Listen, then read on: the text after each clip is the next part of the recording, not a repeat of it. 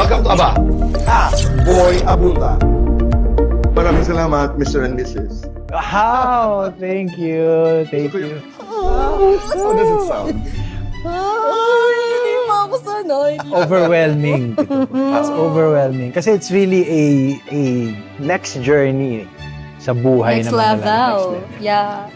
Baba tayo. Mabuti na lang excited. Kasi may mga hindi excited.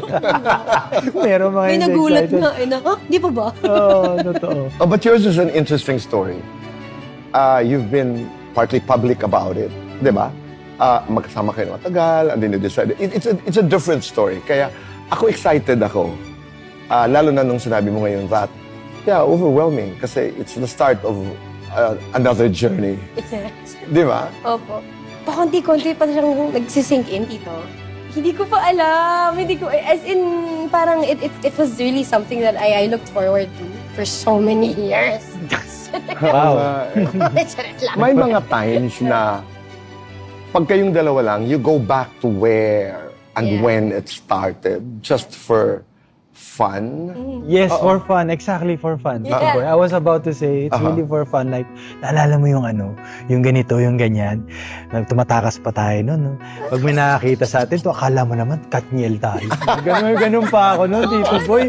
Arte-arte natin, akala mo naman, ay, nakita ko si Kim. Wala namang gaganon sa atin. Hindi kasi parang nung time na yun, Tito, bagong salta ako sa Philippine theater. Kasi mas sa Atlantis po ako before. I met you there. Oo. Nung time na yon, hindi ko alam na may Philippine theater sa PETA, ganyan. Nung pumasok ako sa kanila, parang si Ate Kakay, very protective, na wag ko daw lalapitan to. Specific, ha? Yeah! As in, pasok ko pa lang, tapos rehearsal namin for press. Mhm. Si Ate Kakay pumunta sa akin, huwag ka lumapit dun Di mo kang sanggano, wag mo lapitan. Sabi niya, Baka mukhang sanggano naman to si Kakay. Akala mo walang kapintasan. Eh ako, bata, sinabihan mong magpuntahan, di pinuntahan ko. Sutil. Sutil. Very light. Talking about journeys, binabalikan mo yun eh. Mm. Especially in difficult times. Oh yeah. How much comedy, how much humor do you have in this relationship? Ay. Oh, 50%. Tito Boy. She's really a sweetheart eh. Parang even kung kahit hindi ako yung kasama niya ngayon sa buhay, I think yun yung best na katangian ni Kim na swerte kahit sinong makakasama niya. But I have a question. When you decided to live together, gaano kayo katakot? Ang takot ko kasi when we lived together because it was pandemic.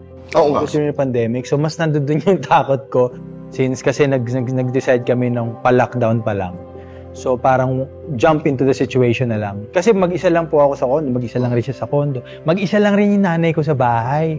So sabi ko, Kaming tatlo. live-in tayo, susunduin ko si mama, titira sa atin, so tatlo tayo. Yun lang muna yung concern natin kasi pandemic, hindi ko alam kung ano pa yung lockdown. Okay. Hindi ko Di pa alam. namin alam. Ako mas takot dito. Kasi syempre, traditional ko yung parents ko eh. So, when it comes to living in, it was really a big issue. Sa Nagpaliwanag ka. Nagpaliwanag po. Mga, Naintindihan nung umpisa, hindi. hindi po. Grabe po yun. As in, Talaga. sa Zoom. Nag-zoom kami. Hindi gawain yan ng babaeng Pilipina. Oo, ganyan. Oh, ganun. Nasa Saudi kasi sila. Right. Sila. Tapos, yung daddy ko, iharap mo si Gerald sa akin. Dad, harap mo. Ito po. So, syempre, laptop. Okay. Laptop. Tapos kapag yung hindi ko alam kung paano nangyari nun talaga, Tito Boy, harap mo ganyan. Dad, hindi nga kasi kailangan ko iharap yung laptop. Dad, kailangan mo kasi hikain po ako. Tapos syempre, importante po yung COVID po kasi ay sa respiratory. Oo, So tama. kailangan may kaalaga, siya po yung nag-grocery. Oo. So, hindi! Kailangan niya. Tapos yung daddy ko, pag nagagalit siya, gaganunin niya yung laptop kasi babalik na ulit. Hirap. Naging ganun tayo, no? Naging As ganun. people.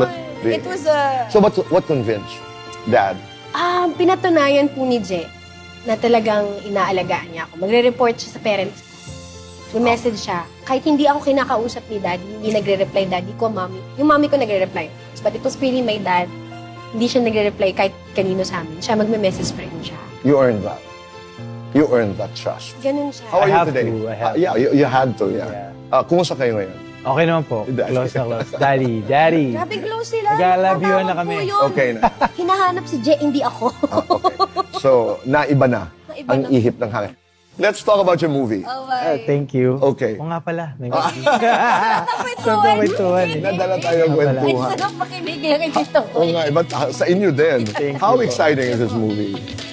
An ex you. Ay, ako Tito, I was so excited nung na-pitch to sa akin. Kasi, well, lagi sinasabing, iba to sa dati kong ginagawa, ganyan-ganyan. Pero ito talaga iba. Kasi kasing edad ko yung character ko. Oh. Yes. And I've always been a fan of mga rom-com movies ni Adam Sandler, Jennifer Aniston, yung mga pag-good vibes lang. So, ito po yung film. Mga matatandang rom-com. mga matatandang rom-com. Tapos, bagay siya sa age ko na. Kailan ito mapapanood? An ex. Nai-excite ako. Totoo to ha, this feeling of kilabot na Thank you. ang saya siguro. Masaya. Ang saya. Yeah, masaya. Ito yung mga pelikula na inaantay natin. Ito yung mga pelikula na I wanna watch that movie. Masaya. Masaya, ano po, April 9. April Sa na. April 9 sa mga sinehan. It's a fun movie, as if. Me naman, because this is my chance to say, I really wish you the best life. And now that you've decided to get married, enjoy it, you know. And don't get married because of any other reason outside of your love and what makes you happy and comfortable. Parati ko yan sinasabi. Hindi yung, ay kailangan, because the expectation is, ay kailangan, hindi.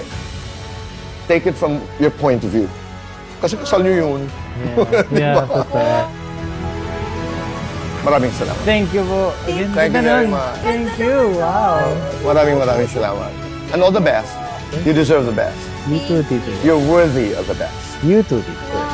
Thank you. Thank you.